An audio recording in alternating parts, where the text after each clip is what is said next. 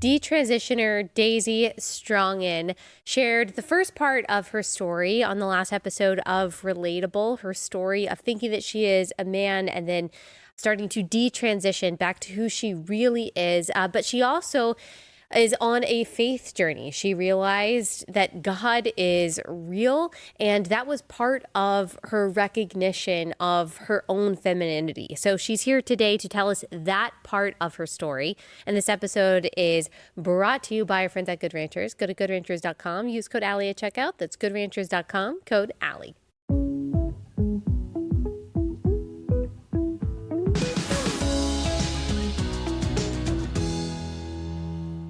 Did your parents ever call you by your chosen male name and your male pronouns? Sometimes my mom did. Usually she just avoided pronouns if she could, but it's kind of impossible to do that sometimes.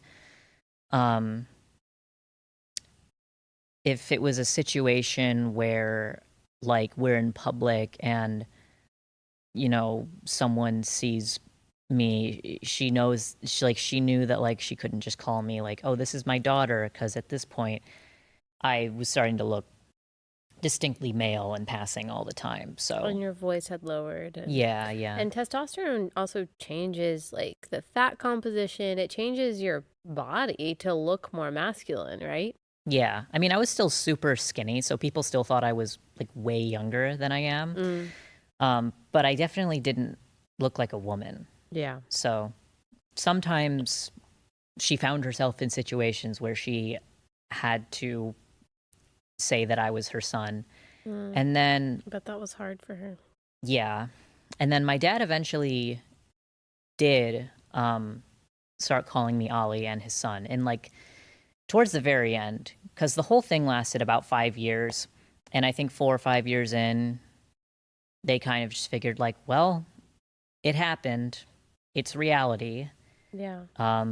You are trans, you have transitioned, so I'm not going to put so much mental energy into fighting this anymore. And I remember when my dad started like saying, like introducing me, saying like, this is my son, Oliver. My name was Oliver at the time, Ollie. I felt so conflicted. I was like, I feel, it feels good to be validated by my father. But there was this cognitive dissonance of almost like feelings of guilt. Like, I don't know. I just felt like I had put them through so much. And I knew that he didn't actually see me that way. Yeah. I knew that he still saw me as his daughter. So Yeah. I actually didn't, I remember feeling very complex feelings about him validating me and my mom whenever she would use male pronouns. And how did you feel after the double mastectomy? Right after it, I felt very euphoric. For the first like 3 to 6 weeks, I would say. Because there's something about like when you hate yourself and you want to be just anyone else and you want to change yourself in this insanely radical way that almost seems impossible, right? When you actually see the changes happening and the world starts to conform to your fantasy version of yourself, it causes this, there was a lot of vanity and narcissism involved. Like, I'll just be very real. It gives you this almost like high of being like, I have control of the world. Like, I have control of how other people see me in a way that is, that I didn't think was possible. And when I like saw my chest for the first time, it was very surreal. I had seen so many YouTube videos too of people seeing their chest for the first time and just like crying with joy and saying things like, I'm finally free. And it did kind of feel like a sense of freedom because it meant I didn't have to wear that binder anymore. And, you know, that made it harder to do things for sure. I couldn't really do any physical activity for more than like 30 minutes without getting out of breath. And I knew I couldn't do that forever. Yeah. So the idea of like, oh, if I could just be flat chested and not have anything restricting my breathing, that would be amazing. Right. So I was very happy at first. Yeah. And I was like, well, I'll never regret this. Yeah. I feel so good. Yeah. So. And did you ever consider what they call bottom surgery? No. You didn't. That was just, I've heard that, you know, like that even women who get the so-called top surgery, that bottom surgery is like a bridge too far for them just because of all of the potential complications that come from that. And just, I don't know, that part of my body, I always knew was just like, I don't want to mess with that. Yeah. I like the idea of messing with that and having like a fake penis, not worth it. And I didn't feel like I hated that part of me. Yeah. You know? It's interesting. Yeah. It's So, interesting. because that was hidden from the world. Yeah. But I was just so focused on like outward, like other people's perception of me and just really indulging my vanity and just so that part of me didn't really matter that much, at least not in my day-to-day life, and I was okay with what I had, and so I never considered bottom surgery. So this was 2018, right? Yeah. That you got the double mastectomy, and then you told yourself, wow, I'll never regret this. I feel so awesome. Finally, I guess, masculine without the restriction of the binder, but you did come to regret it. So let's talk about that and how that happened and the timeline. Yeah. Well, everything that I initially wanted to do with my transition had been done. The whole thing from hearing about genderqueer up until now, it just escalated so quickly, and I was so gung-ho about it. It was kind of like my religion, actually. Because it's based on it's kind of a inherently religious thing to say I have the soul of a man, and that I need to align myself with that, you know, internal manhood. But I think it was probably early 2019 when I remember feeling frustrated over the fact that I was still thinking about my gender all the time. I was kind of exhausted by it. Yeah. And now, so like I'm passing all the time. Not everyone even knows I'm trans. Only the only people who know I'm trans are people who are close to me, and they're all accepting. They all call me Allie. Nobody is, you know, no one sees me as a girl anymore, or at least no one seems to. And that was like your ultimate goal. Yes. Was to pass for everyone. Yeah. Yeah, and to blend in. Yeah. And I had a normal job and was finishing up college. You know, I wasn't like, I was just living a very normal life for a 21-year-old. But then I started to just feel like I'm incomplete.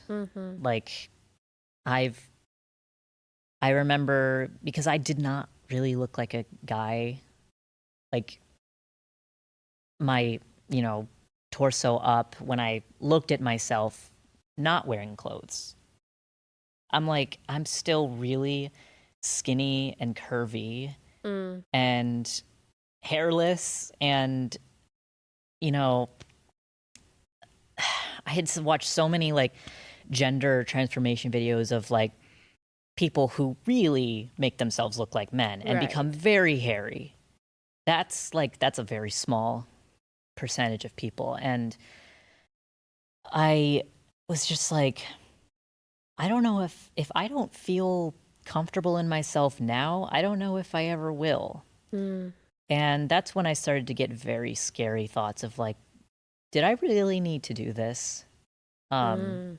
And I was terrified of those thoughts. Yeah, I imagine that would be really scary. Yeah. And also at this point, I'm like 21. I'm thinking more about having a family because I've never been a particularly career oriented person at Yeah. all. Like, I've Yeah. always been a very family oriented person. And at this point, at this age, I'm like, I've been single for a couple of years and I was sort of like going on dates with people, but I didn't feel like any of them, With boys? yeah, with guys. And I didn't feel like any of them wanted to like get serious about me. Yeah. If they did, they probably saw me as like a fetish. Like either the guys that I was dating were kind of like treating me like I'm a friend almost, like just in a very different dynamic of like,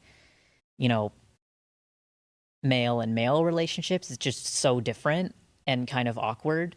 Or they would be like really sexual around me, and like that's when I knew that like, okay, you like girls who look like boys. Like that's kind of you're Yeah. into that. And so yeah, that's when I started having feelings of like, man, this would just be a lot easier if I was just a straight girl. And I could be that, but I also can't because I've irreversibly damaged my body. And I've been at this for 5 years. And I've also told myself, death before detransition. I've heard that or I've seen that like Yeah, it's a motto. It's really not a healthy thing to yeah. tell yourself. But you know, I didn't make the decision initially to transition. I didn't make it lightly. I knew it was a really big decision. And I told myself, like, you can't go back on this, especially when I started taking irreversible steps. Because I knew my voice was going to be deep forever and that my breasts were not going to grow back. So I was like, you better be making the right decision because if you're not, you're, effed. Yeah. So, yeah, those thoughts that I was having, they were so terrifying that I couldn't even. I actually tried to suppress those thoughts very, very much so, and just tell myself like, you're fine.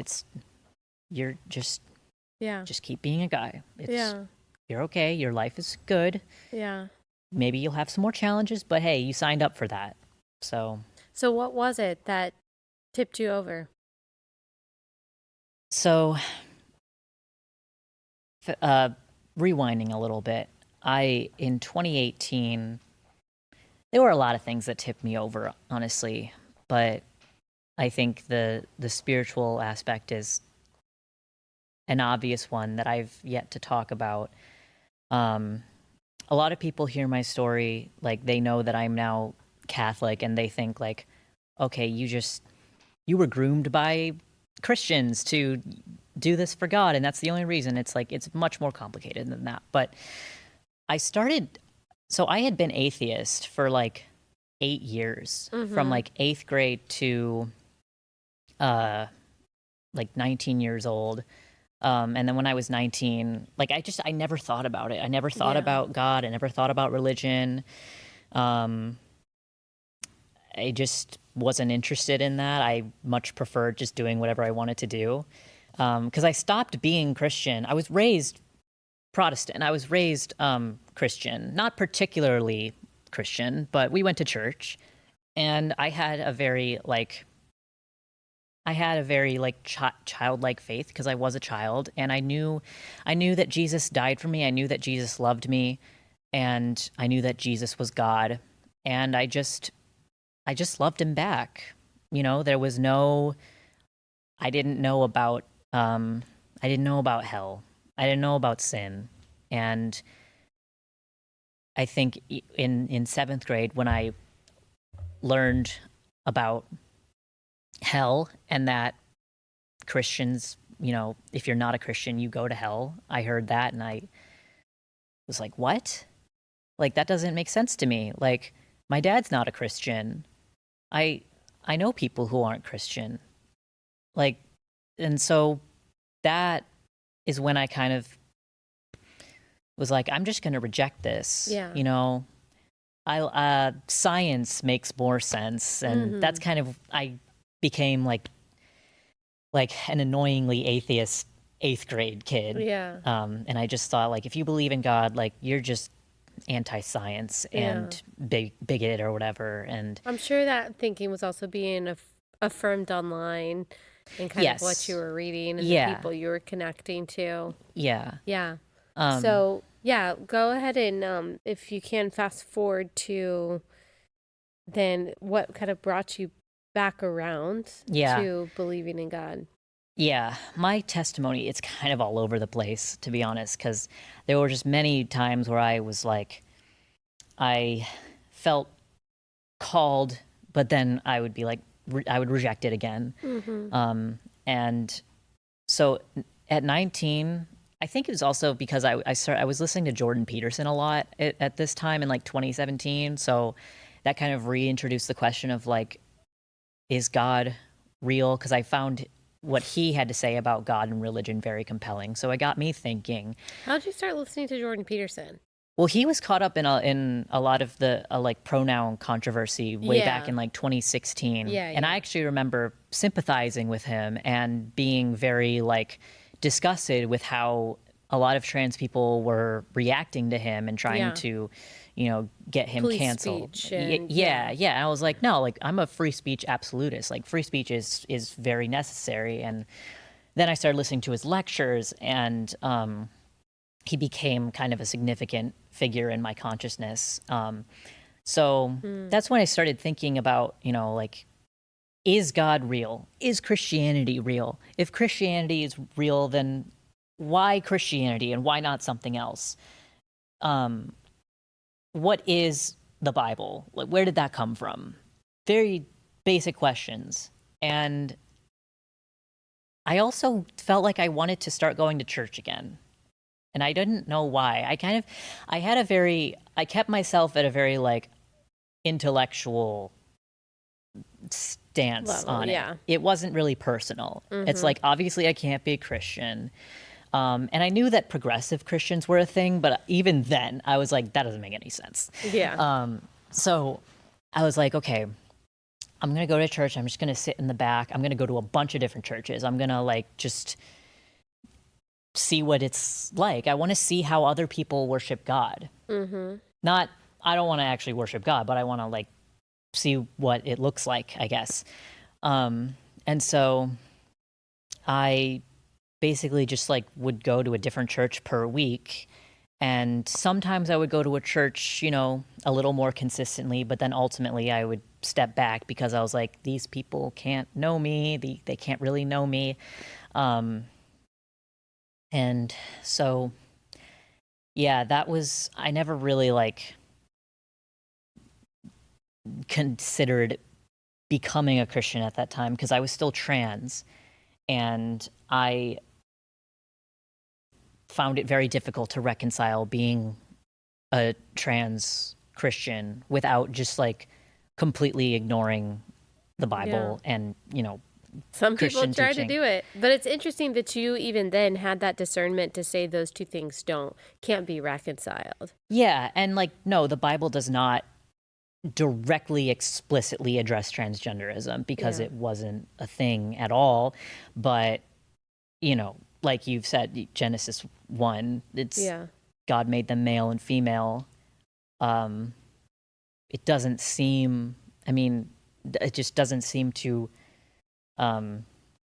compliment it that that my gender is actually up to me and I can change it. So, and I just knew it would be hard to find a church because I didn't want to go to a really, really woke church, but I also didn't want to go to a church that would like say that, oh, you need to stop being trans. So that went on for a while, and then the feelings of doubt and regret kind of started to rise up alongside that. But I don't think that the going to church influenced those feelings of doubt. I mean, they did, but it wasn't like I was sitting there thinking, oh, I really want to be a Christian, but, you know, I have to detransition. I'll just detransition so I can be a Christian. It was just like, it just wasn't that simple. So May of 2020, like peak pandemic, quarantine, I'm locked in my house. I've just like given up on life. I was so depressed. The feelings of regret, not just doubt, but regret were really starting to weigh on me. And all of a sudden I'm like, I don't have a future. I don't know what my future looks like. I can't detransition. Like I don't want to face the reality of going through life as a woman with a deep voice and no breasts. No one will ever love me. No one will want to be with me. And I'm just like, I can't fix this. I've permanently androgenized myself, and I never like wanted to do that. Obviously, I knew I wasn't going to become a biological male, but I thought I would be able to cope with with that fact better. But it became really hard. So I was just like staying up till like 5 a.m., drinking every single night and smoking a ton of weed and just trying to like numb myself. I just didn't cope. Yeah, I just didn't care anymore. And there was one day, Thursday was my testosterone shot day. And for several weeks before that, I would kind of have this internal battle with myself, like, do I want to do this? Do I want to do my shot? Been having these feelings. No, I'll just do my shot. Just do the shot. Because I felt like if I stopped taking tea, then that would basically be the end of my transition. And I like some people, you know, they don't necessarily have to continue being on tea, but the feelings of doubt and regret were piling up so much that I was like, if I've stopped tea, I know why I'm stopping tea. So, but then, yeah, one Thursday came. It was May 14th, 2020. I'm really good at remembering dates, but it's like, no, I can't do this. Every shot that I take is bringing me one step closer to needing a hysterectomy because of the atrophy that's happening. And again, I was still living at home at the time, and I told my mom, like, I don't want to do my testosterone shot. And I was so scared that she was either going to be like really overly celebratory or like have an intense reaction to that, because I didn't want people to be celebratory at that time, because I was devastated.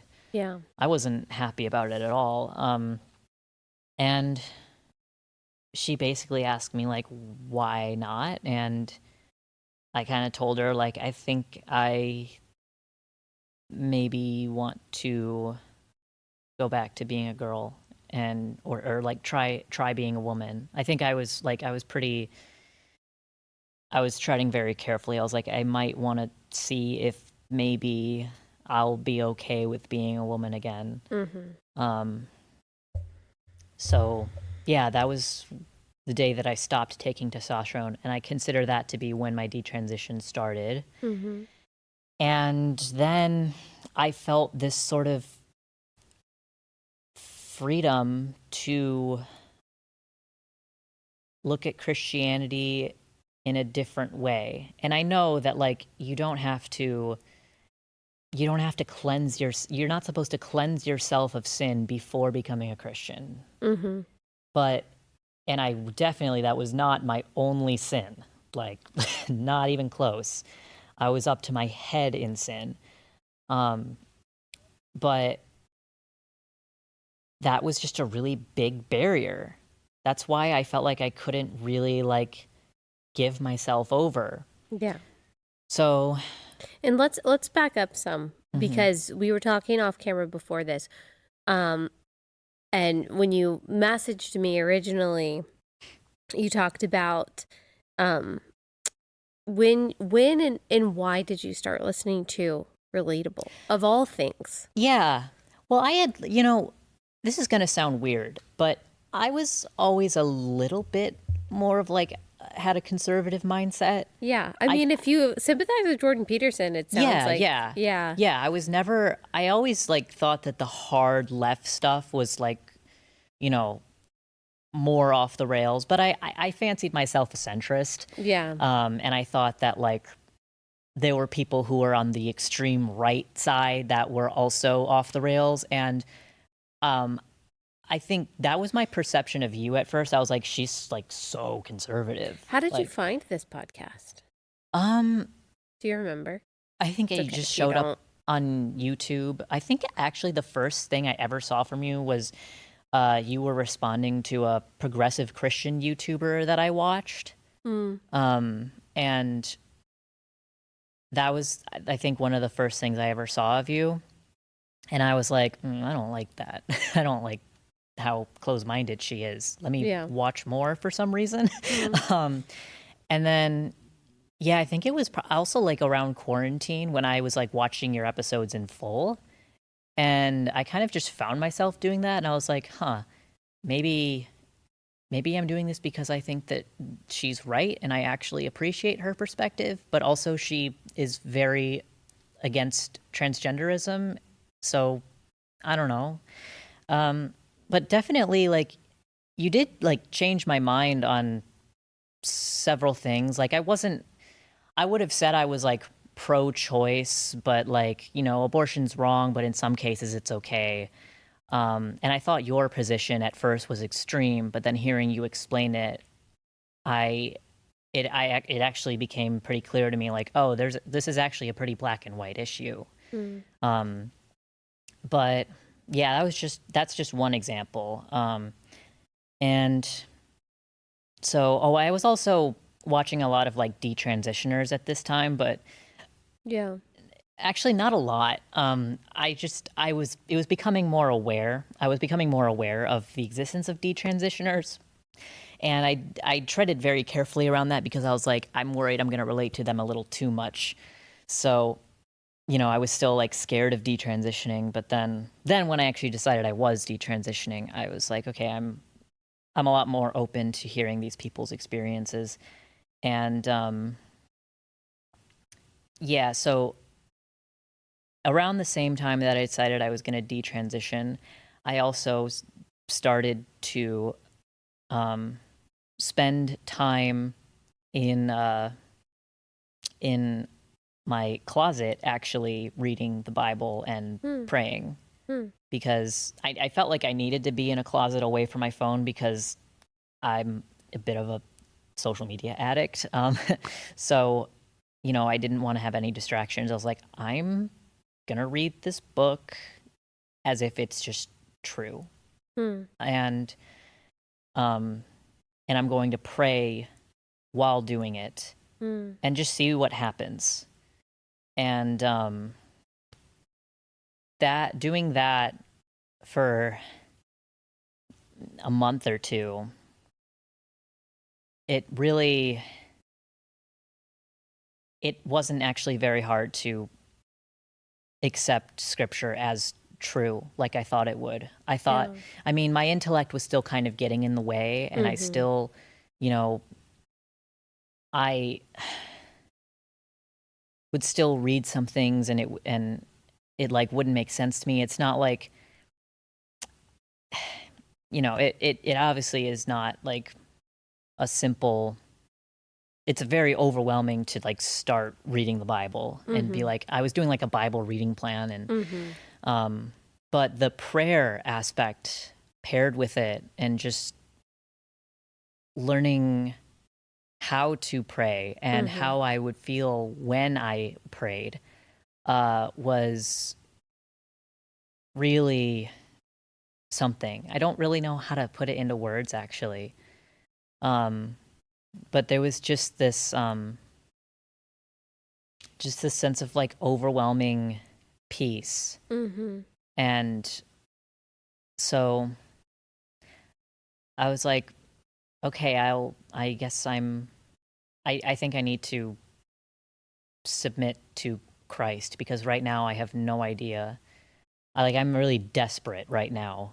And I feel like it's like when I read the Gospels, like they just sparkled. They just like it was like the words came off the page. I was reading, I had studied philosophy in college, so I had read a lot of different philosophers, and there were some things that were moving to me, but not like this. Not like the Gospels and just like learning who Jesus was. Um in a much deeper way, because obviously I knew who he was, and I was familiar with the gospel, but um taking it straight from scripture was just like Yeah. very very different experience than reading, say, the trial of Socrates or something. Yeah. um but Wow. yeah, so and churches were not open at this time because it was like nothing was open. The world was like turned off. Yeah. So this is when my life just really took a drastic turn.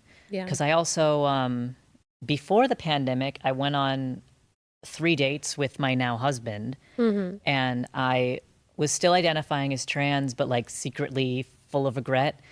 And then after, when the restrictions lightened up a little bit, he texted me and was like, "Hey, I want to see you again." I was like, "Oh, that's surprising. I like thought I didn't know you were still thinking about me." Yeah. And I was like, "Well, I'll just go on a date to basically tell him that it's not going to work out because I'm detransitioning and I'm having a really intense spiritual experience that Yeah. involves me giving my life to Christ. So I'll just go out with him to tell him that it's not going to work out, basically." And then so I was like, it was a couple months after I had decided to detransition. I still looked like a boy. And I told him, and he was like, "Yeah, okay, I definitely want to do this with you." And then we were just inseparable. And we actually started going to church together. And yeah, and then I kind of fell away from Christianity again. You thought that was the end, like I stayed Christian the whole time, but no, there was still resistance because I felt like, I wasn't praying enough, or, I didn't do a particularly like I felt like I wasn't doing a particularly good job at like staying sanctified and being holy and wanting to be holy and being repulsed by sin. Because I had fallen in love with Jesus, I had expected to be just immediately like repulsed by sin, like don't want to get drunk, don't want to watch any movies with sex scenes. But like I wasn't. I still enjoyed sinning. I still enjoyed, you know, trying to get away with as much freedom as I could, because this was just I found myself becoming almost overly legalistic towards myself and just always questioning like if my salvation was genuine. Um and I just had all these other voices in my head saying things like, well, if you're not repulsed by sin, then are you really a Christian? And like that just made me really doubt myself. And probably 8 months after my initial conversion, which was very climactic and emotional, I started to kind of lose the passion that I had, and praying less and less, because again, like social media, it's the cross I have to bear, because like it still gets in the way of my growing my relationship with God. And so I basically kind of fell into this like mindset, because I also kind of had some, I think I didn't really have my own like a firm foundation of what my theology was, but I did believe in predestination, and I thought, I'm just damned, like nothing I can do about it. Yeah. This just isn't for me, because I still want to sin and I want to pray less and less, and I just had no patience with myself. And so I was like, you know what? I can't really call myself a Christian, because eventually the faith in the resurrection and the reality of Jesus being the savior started to wane. I was just kind of like, maybe, I don't know.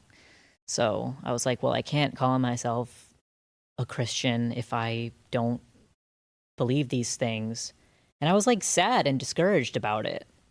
Um, I still wanted to be a Christian. Um, but so yeah, then there's another year of me being not religious, and I was like, I don't want to talk about it, like, because my husband had his own faith journey, um, but he often wanted to like have these intense theological discussions with me, and I would almost get hostile like about it. I was like, no, no, I don't want to talk about this. But then I got married, and then I got pregnant right away. And when I was about 8 months pregnant, I started thinking like, how do I want to raise my son in terms of like religion and God? How do I want to raise him with just nothing? I don't want to raise him with nothing. I don't know how I want to go about it, because I myself at this point, like, I don't even know if I believe in God anymore. um and I don't really have I didn't trust myself to be able to like raise him in anything solid, but I want to go to church again. Let's just start going to church again. Uh just for community, just to have something that he can go to. And yeah, I was kind of just didn't feel super strongly about it, but I did really want to go to church and raise him in an environment where, he was going to church, and just hearing about it. And then I'll just figure it out my own. I'll figure it out on my own. Maybe I'll become Christian again, maybe not, but I want my son to have exposure to this, because I know it's good. I know it's good. So we started going to an Episcopal church, which I had never gone to before. I had gone to a lot of like non-denominational churches, some like Pentecostal, charismatic churches, Methodist, and it just seemed either disingenuous or just like all about the pastor and the preaching, which is like good preaching is obviously important, but I liked the Episcopal environment because the liturgy, I was attracted to how just historic the liturgy is, and how far it goes back. And I was not considering becoming Catholic at this time at all, because I was like, I hardly believe in God, and Catholics believe in all of this extra stuff. Like it was very overwhelming, the idea of that. But I'd always been attracted to the beauty of Catholicism, and just, the weddings and the funerals and that I had gone to that were Catholic. I was very attracted to the beauty of it. But I thought that, was all it was. I was like, I'm not going to become Catholic just because I like the aesthetic, And so we started going to this Episcopal church, and I knew that Episcopal churches were kind of more on the progressive side, but this one didn't seem that progressive. Like it's not like they had a rainbow flag out front or anything, or like, drag queen pastors or like, it wasn't crazy. So we were going there for a while, and it was a positive experience. I remember thinking like, oh, the people here are very kind, and I like the preaching. Some of it I don't like, but I was still just like caught up in this, like, what's the truth?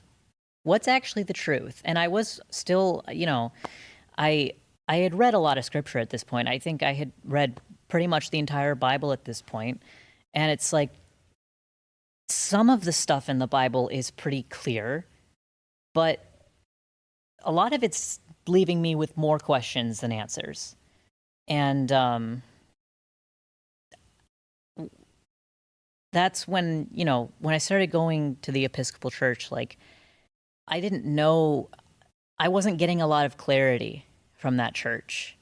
I wasn't getting, they weren't really talking about sin at all. They were talking about love and peace and justice and acceptance. And again, they weren't like overly over the top woke, but I was like, there's something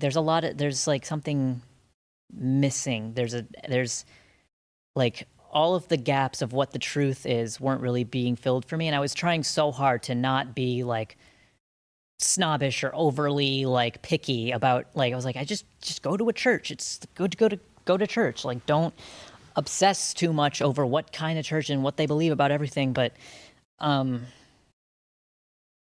that's when I started to get more curious about just the idea of there being a one true church. And I eventually came to realize that that's the Catholic Church.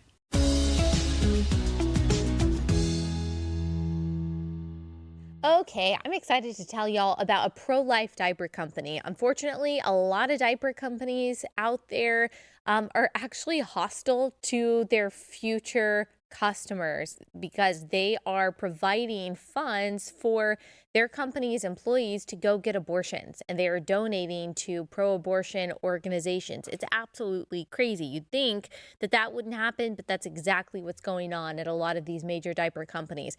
You don't have to worry about that at Every Life. Every Life is a pro-life diaper company. These are high-performing premium diapers created with your little ones in mind. They have an amazing mission with their Buy for a Cause bundle that you can purchase to support families in need of essential items like diapers and wipes. They're working with pro-life organizations like Save the Storks and Live Action to make sure that we are saving as many babies as possible. So make the switch. Get your diapers from Every Life. Go to everylife.com. Use code Allie10 at checkout. That's everylife.com, code Allie10.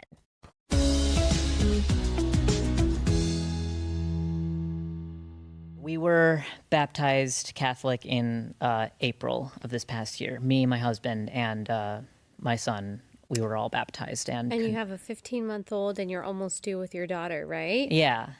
Which is that in itself is an amazing story of redemption.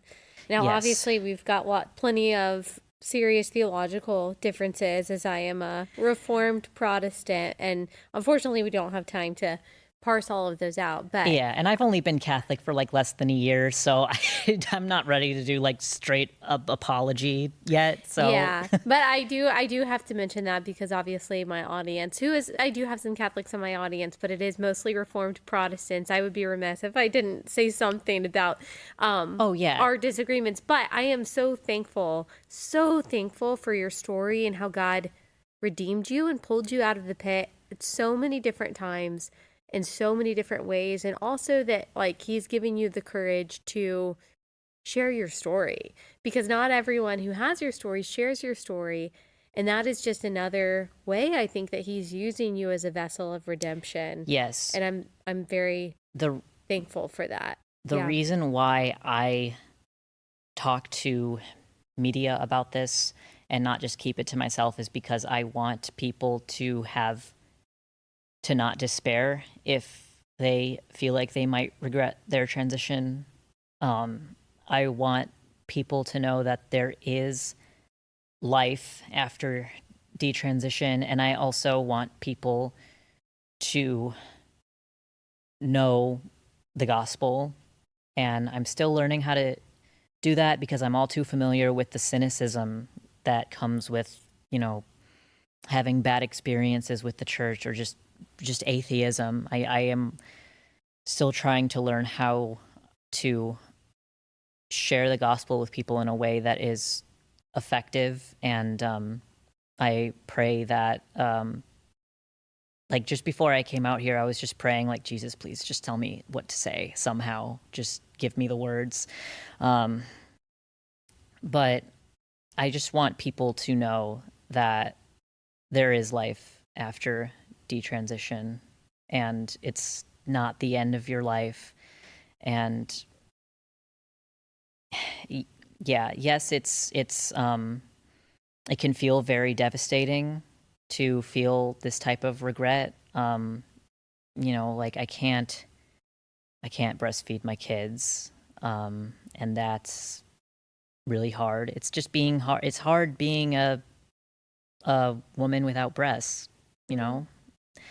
But I am so incredibly blessed with my life. I mean, I forgot to say this, but one of the things that just led me ultimately now to live a more religious life, regardless of how I felt about how I was doing, or like, you know, spiritually, or how often I was praying, or if I was praying the right way, or if I, you know, it's like God's given me so much grace, and that's so obvious. Why would I not